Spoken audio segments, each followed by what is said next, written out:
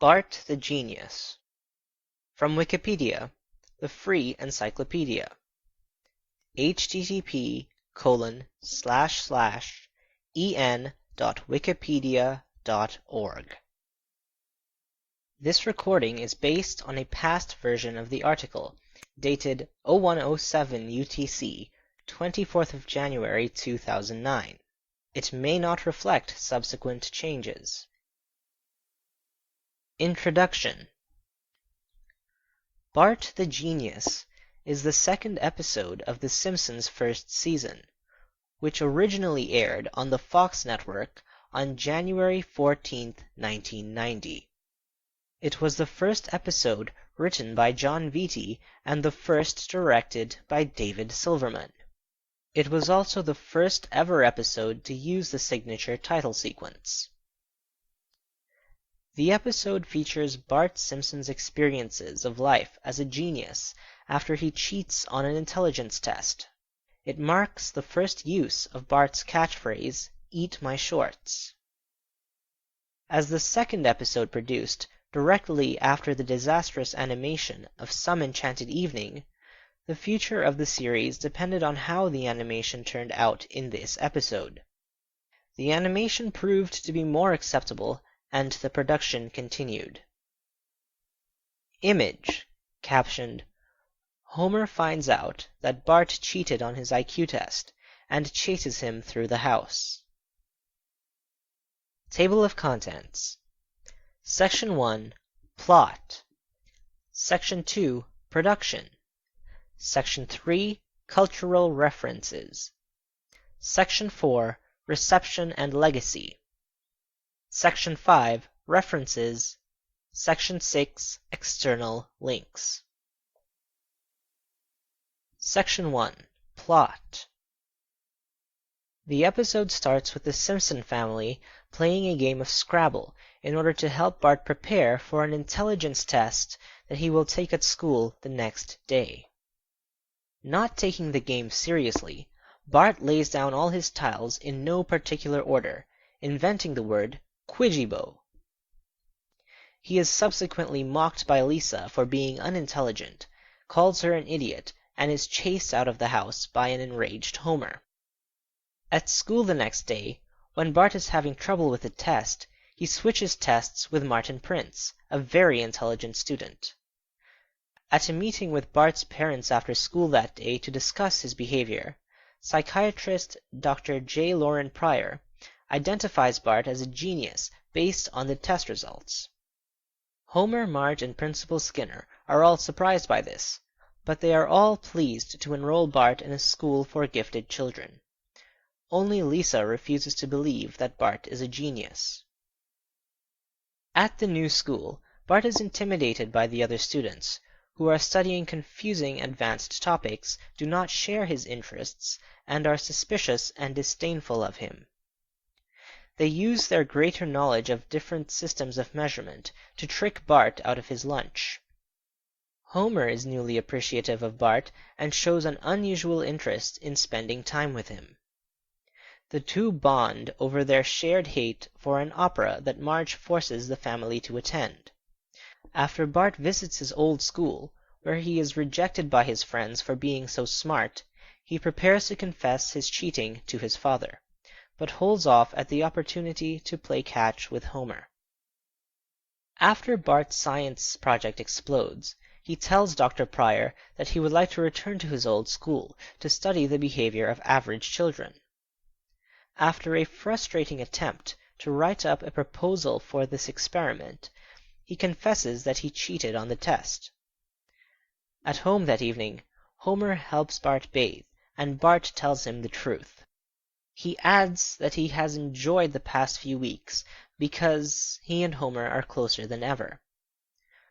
Homer is again furious, and he chases a naked Bart upstairs.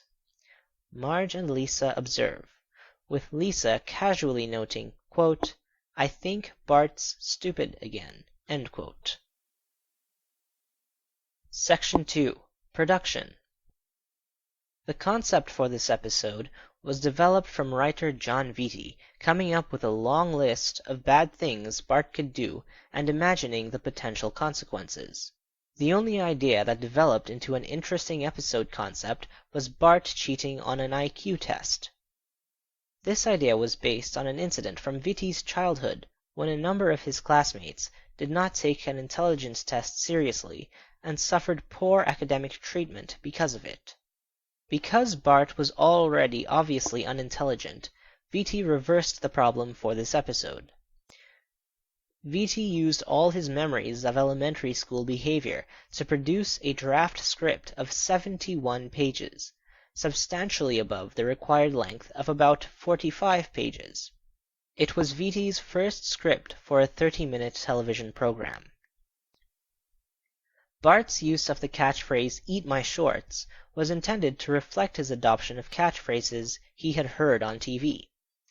The creative team had told Vitti that he should not come up with original taglines for the character. The scene where the family plays Scrabble was inspired by the 1985 cartoon The Big Snit. Director David Silverman had difficulty devising a legible Scrabble board for the opening scene that would convey the idea that the Simpsons were only able to devise very simple words. The design of Bart's visualization of the math problem was partially inspired by the art of Saul Steinberg. The increasing appearance of numbers in that sequence derived from Silverman's use of a similar tactic when he had to develop a set design for the play The Adding Machine. Each successive scene in the sequence was shorter than the one before it by exactly one frame.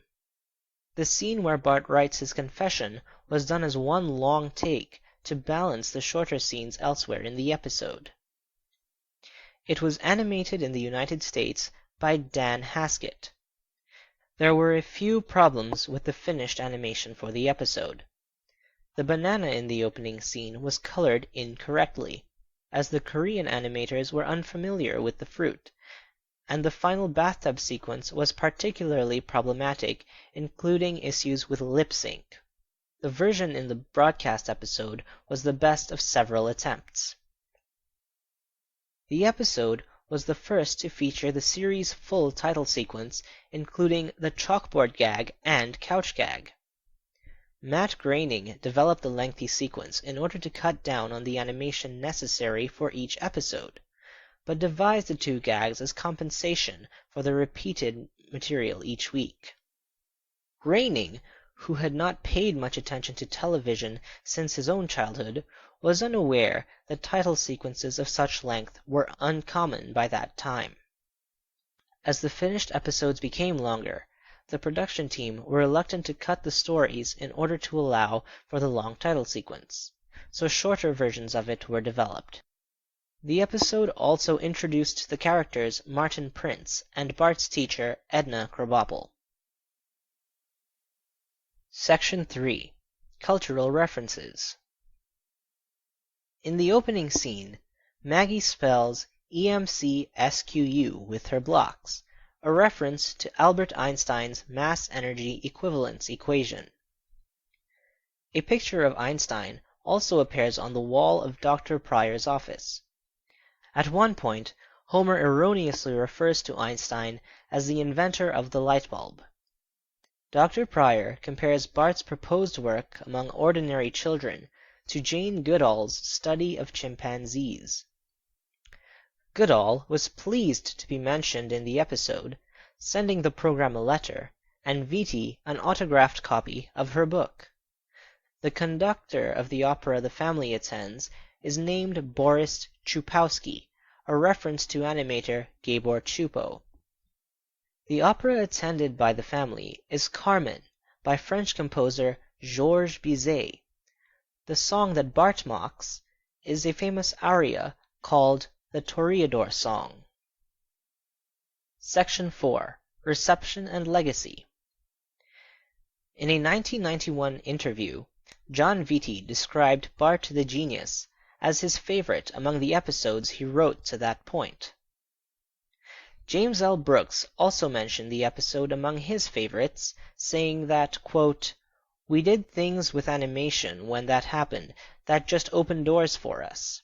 End quote. The show received mail from viewers complaining that the throwing away of a comic book was an incident of censorship. Warren Martin and Adrian Wood, the authors of the book I Can't Believe It's a Bigger and Better Updated Unofficial Simpsons Guide, strongly praised the episode, calling it, quote, "superbly written and directed.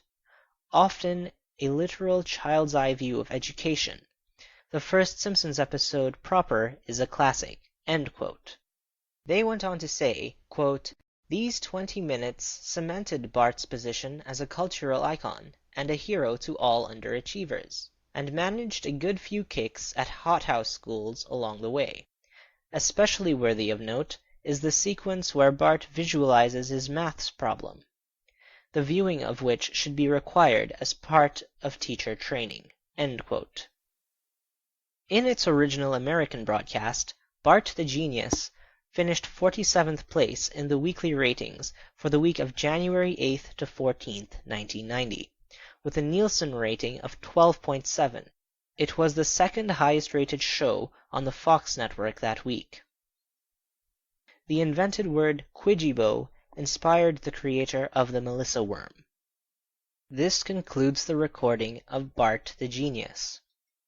This sound file and all text in the article are released under the GNU Free Documentation License, available at www.gnu.org/copyleft/fdl.html.